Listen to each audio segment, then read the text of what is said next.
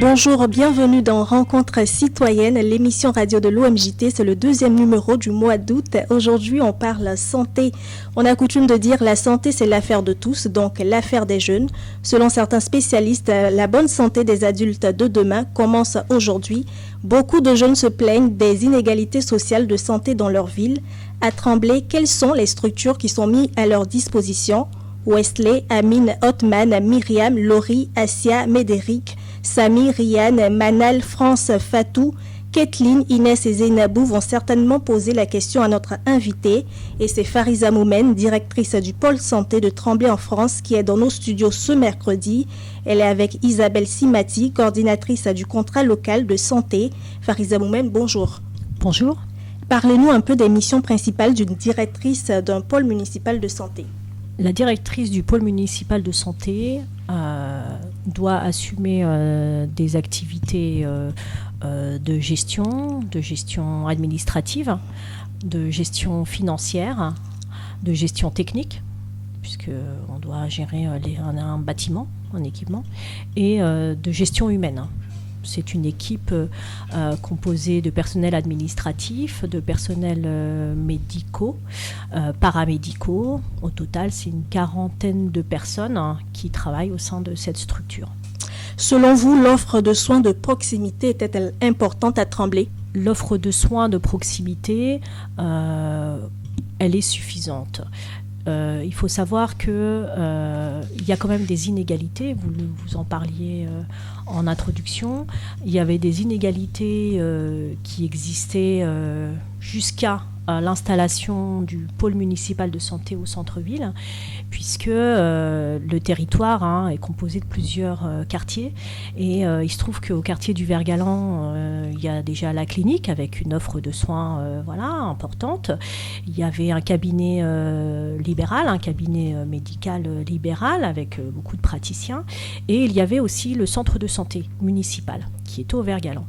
Et au milieu des années 2000, au moment de la mise en place de la requalification du centre-ville, la municipalité a fait le choix de rééquilibrer son territoire en matière de santé et d'installer du coup le pôle municipal de santé au centre-ville, quartier qui était déficitaire.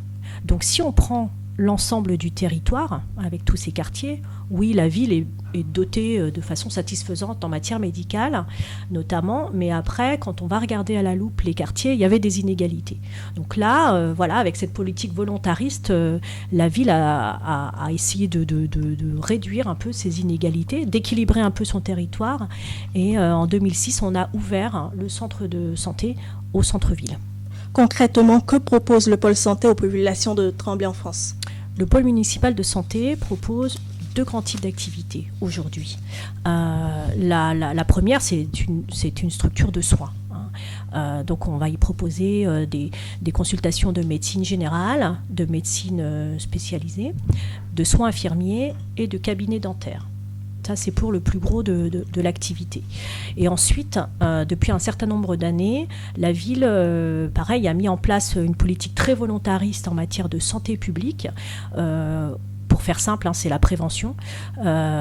Et on a signé un contrat local de santé, un dispositif contractuel avec la préfecture, avec le ministère de la Santé, à travers l'agence régionale de santé.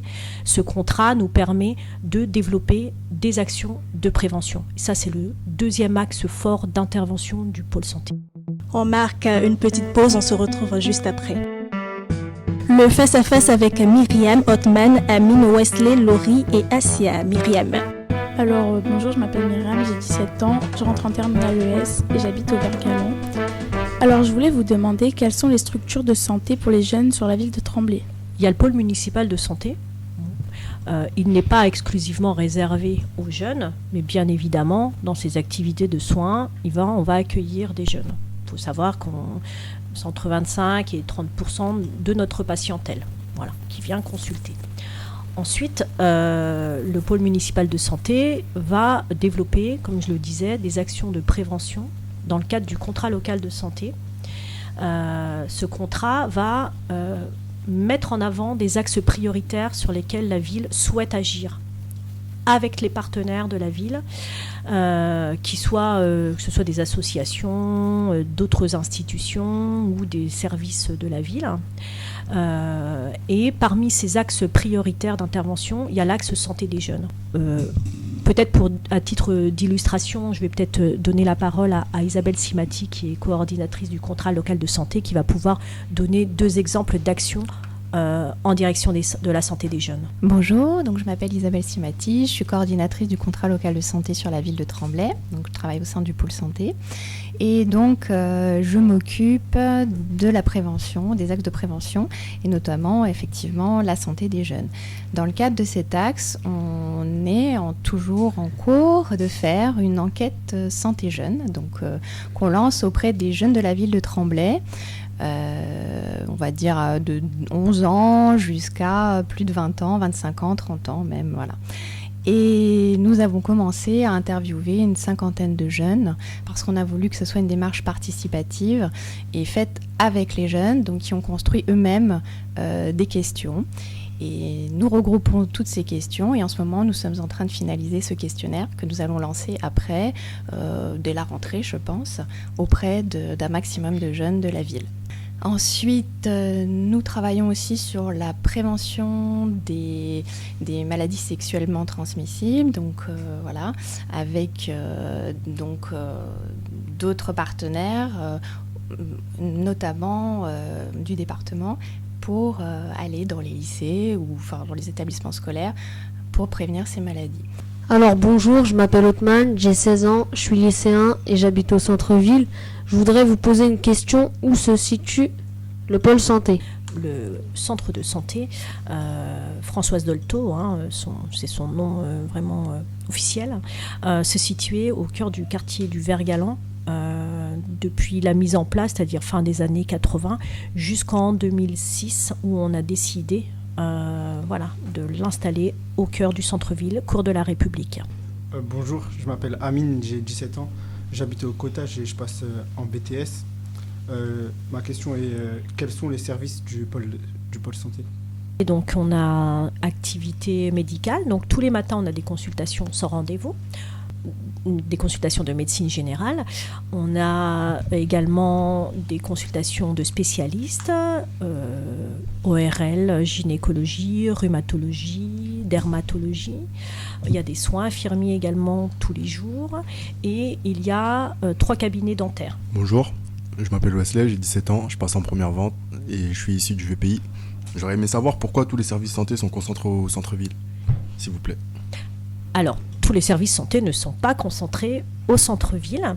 C'est intéressant que ce soit un jeune du vieux pays qui nous interroge, qui m'interroge, parce que du coup, ça me donne l'occasion d'annoncer que depuis janvier, la ville a souhaité, encore une fois, dans sa volonté de rééquilibrer le territoire en matière d'offre de soins, donc a souhaité apporter une offre de soins au vieux pays, parce que depuis quelques années, depuis le départ du médecin généraliste à la retraite, on ne trouvait pas de médecins pour s'installer dans le quartier du vieux pays.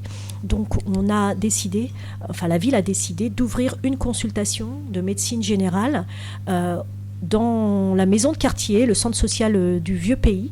On a aménagé un cabinet et ce sont des médecins du pôle santé du centre-ville, donc de médecins du pôle santé qui consultent là-bas, et c'est une offre de soins alors qui n'est pas exclusivement réservée aux habitants du vieux pays, mais bien évidemment la consultation est en grande majorité remplie par des résidents du vieux pays. Bonjour, je m'appelle Laurie, j'ai 17 ans, je passe en BTS et j'habite au Vert-Galant. Je voulais vous demander qui s'occupe du pôle santé. Alors, le pôle municipal de santé, donc c'est un service de la ville.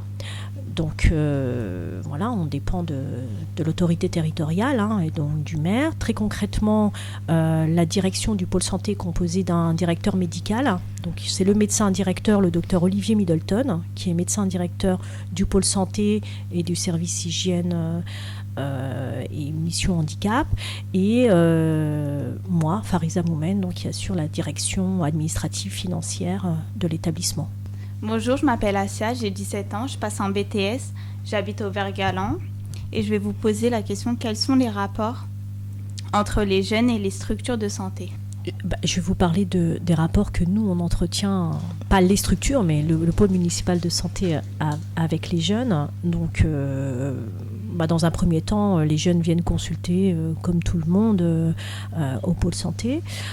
Après, c'est vrai que dans le cadre du contrat local de santé, comme c'est une population prioritaire pour nous, on va les chercher. Donc, on est dans une démarche plutôt offensive, en direction des jeunes.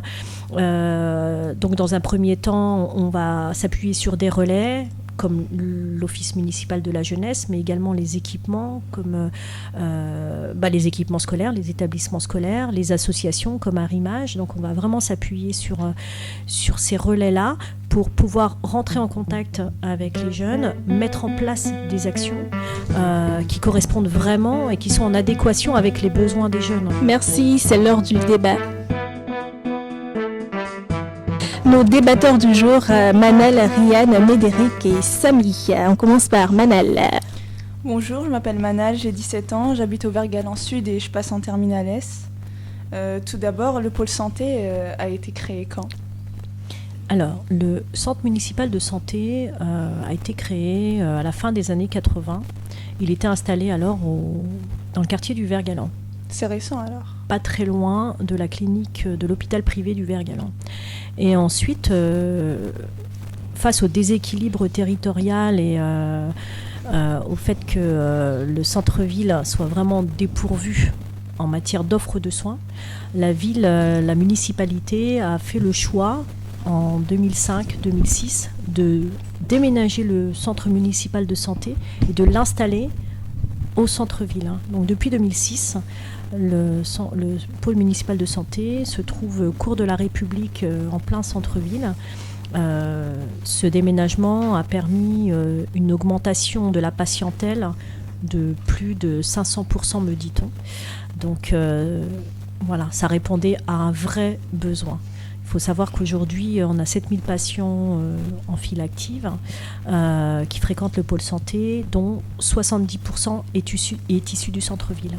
Du coup, c'est très favorable aux jeunes. C'est favorable à l'ensemble, bien évidemment, de la population, et puis à cette population du centre-ville qui en avait besoin, et les jeunes également, puisqu'ils fréquentent, ils sont à peu près 30%. Donc oui, c'est très favorable. D'accord. Bonjour, je m'appelle Ryan, j'ai 17 ans, je passe en terminale S, et j'habite au Vert-Galant Sud. Alors moi, je voudrais poser comme question, de quelle manière le pôle santé aide-t-il les jeunes ? Alors, le pôle santé, parmi les axes d'intervention qui sont les siens, il y a l'axe prévention dans le cadre du contrat local de santé. Et cet axe prévention, dans ce contrat local de santé, il y a l'axe santé des jeunes qui est un axe important. Et c'est en mettant en œuvre des actions ciblées qu'on accompagne les jeunes. Donc on va mettre en place des actions de prévention bucco-dentaire avec des professionnels, on va mettre en place des actions d'éducation nutritionnelle et de promotion de l'activité physique avec une diététicienne qui intervient directement auprès des jeunes.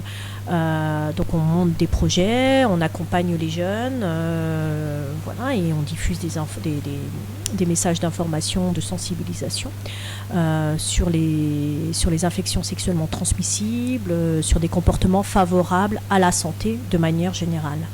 Et les jeunes, ils sont satisfaits en général de ces méthodes ? Les jeunes, alors le retour qu'on peut avoir quand on mène des actions, notamment par exemple dans le cadre de l'éducation nutritionnelle, bien sûr qu'ils sont satisfaits après coup. Je pense qu'après coup, ils réalisent le bienfait d'une action de prévention qui leur est destinée.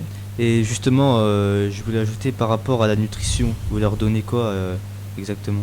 Alors, par rapport à la nutrition, il y a la diététicienne, donc, qui est une professionnelle qui intervient, qui va, par exemple, animer un atelier cuisine. Donc, elle va, au préalable, elle va les questionner un peu sur... vous passez des examens, donc pendant les examens, comment vous mangez, est-ce que vous avez bon appétit ou pas, est-ce que du coup vous consacrez un petit temps sur l'alimentation, si vous consacrez un petit temps sur le déjeuner, moi je vous propose de manger vite et bien, et du coup tout de suite elle va construire un projet comme ça, comment on mange vite et bien, et du coup on va travailler sur des petites notions comme ça, tout en s'appuyant toujours sur les habitudes des jeunes. L'idée c'est donc ça va être de s'appuyer sur l'habitude de vie du jeune. On va proposer une action et ces petits projets, c'est toujours on diffuse toujours des projets, des informations de façon ludique, pédagogique.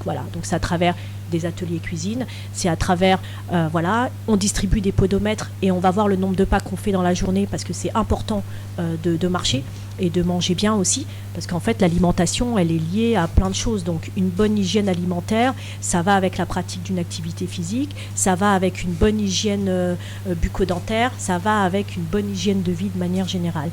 Donc vous vous adaptez en fonction de la situation du jeune, c'est-à-dire s'il est malade, s'il a une allergie, etc., etc. Oui, tout à fait.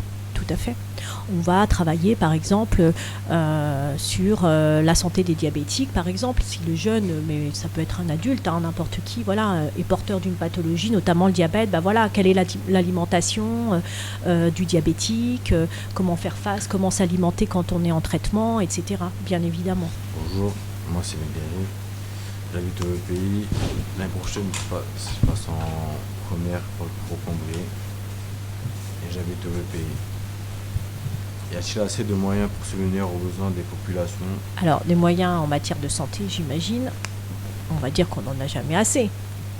On a toujours besoin de moyens, on est toujours à la recherche de financement, de partenaires, etc. pour monter des actions. Après, il faut le dire très objectivement, la ville a vraiment porte une vraie politique puis assez dense en matière de santé publique et de prévention en direction de sa population de manière générale.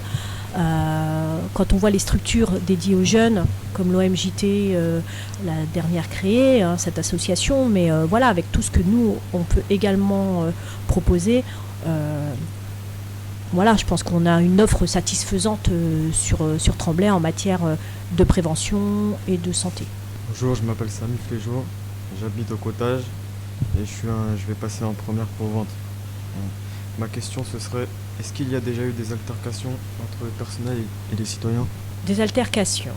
On va dire que comme on est un centre de soins et que parfois la population qui arrive, alors quand on vient sur rendez-vous c'est très bien, quand on vient et qu'on a une rage de dents ou qu'on a une maladie quelconque et qu'on veut un rendez-vous tout de suite maintenant et que c'est pas possible, alors on va pas parler d'altercation, mais il y a du mécontentement, ce que je peux entendre. Après il faut savoir que nous on développe tant que possible l'offre de soins. On a créé un cabinet dentaire il y a un peu plus d'un an, un 3e fauteuil. Il faut savoir qu'à l'origine il n'y avait qu'un fauteuil dentaire. Aujourd'hui on en a 3. Donc même l'offre de soins a été multipliée par 2, par 3. Parfois, que ce soit en soins dentaires ou en soins médicaux. Et donc il y a toujours de l'insatisfaction. On essaie de répondre, mais on ne peut pas répondre à tout.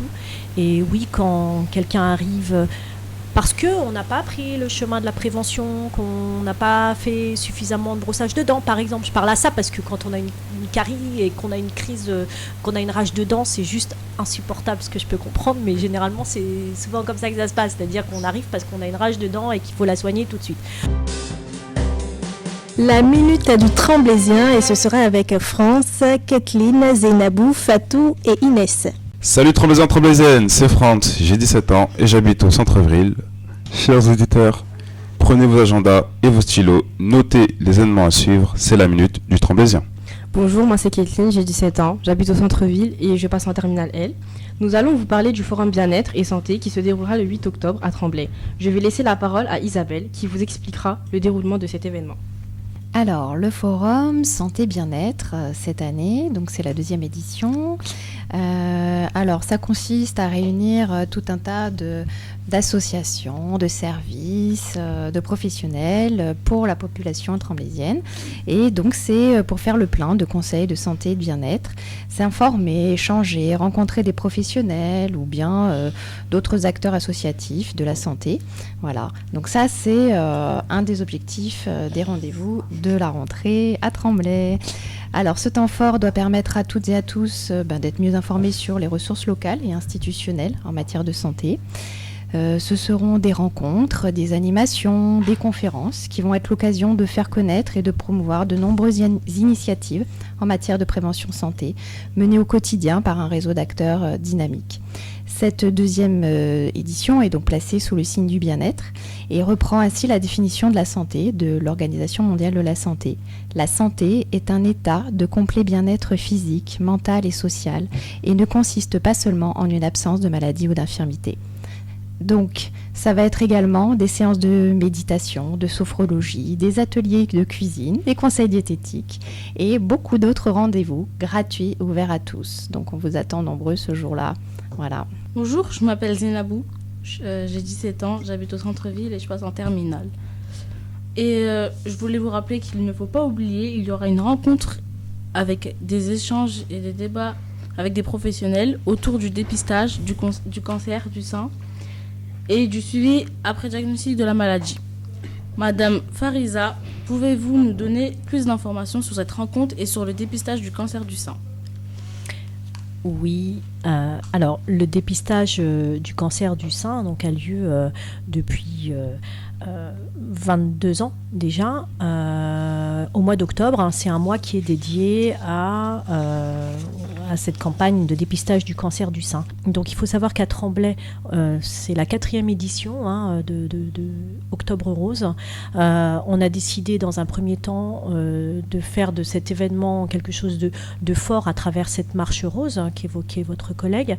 Donc cette marche au cours de laquelle tous les acteurs, tous les habitants sont invités à déambuler dans la ville. C'est un parcours de un peu plus de 5 km dans la ville où ça nous permet d'avoir un événement fort et de pouvoir interpeller la population sur la nécessité de faire ce dépistage. Cette rencontre échange a lieu à l'hôpital privé du Vert-Galant. Et ça permet également déjà de rencontrer l'équipe en place et puis de visiter le mammographe. Donc c'est vrai que c'est très important de le faire dans cet endroit-là parce que voilà, ça permet à des femmes qui normalement sont concernées, qui sont invitées à faire le dépistage qui se fait à partir de 50 ans. Et ça permet aux femmes du coup, qui sont invitées à le faire mais qui ne franchissent pas le pas parce qu'elles ont peur, parce qu'il y a plein d'appréhensions. Ce temps de rencontre-là, d'information, de sensibilisation est essentiel. Et on s'est rendu compte que des femmes qui ont participé à la rencontre ont franchi le pas. Bonjour, je m'appelle Fatou, j'ai 17 ans, j'habite au centre-ville. Et je passe en terminale à SSP. Nous vous rappelons que le point Écoute Jeune à l'OMJT est toujours ouvert. Des soirées débats, des préventions, de l'accompagnement et l'orientation vous sont proposées avec Sabine Jalon et toute l'équipe de l'OMJT. Cela concerne les jeunes adultes de 15 à 25 ans, un espace d'accueil confidentiel, d'écoute, d'information et de parole pour les adolescents ou les jeunes adultes concernant des difficultés rencontrées au cours de leur vie. Merci. Bonjour, je m'appelle Inès, j'ai 17 ans et j'habite au VPI, je passe en terminale L. Et pour finir, je vais parler de la Minute Tremblésienne. Donc, à l'occasion de la clôture de l'estivale tremblésienne, le vendredi 12 août, sont organisées des Olympiades citoyennes et seront mises en place des épreuves sportives et des quiz. Donc, ces Olympiades débuteront à partir de 9h30 et se termineront à 12h30. Elles sont organisées par l'OMJT en partenariat avec les structures. Des structures d'animation municipale. Donc ces Olympiades sont organisées à l'occasion de la Journée internationale de la jeunesse. Merci. Merci Fariza. Un dernier mot à ajouter? Avant tout, je tiens à vous remercier de cette invitation.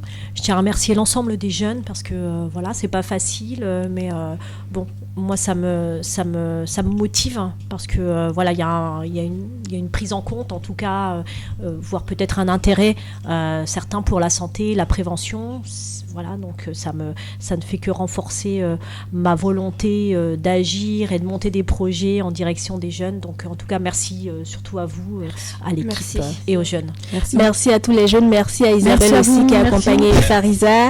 Et vous êtes directrice du pôle municipal de santé de Tremblay en France. Merci d'avoir accepté notre invitation encore une fois. C'est la fin de Rencontres citoyennes. On vous invite encore une fois à faire liker la page Facebook Jeunes à Tremblay-OMJT. À la semaine prochaine. Bye bye.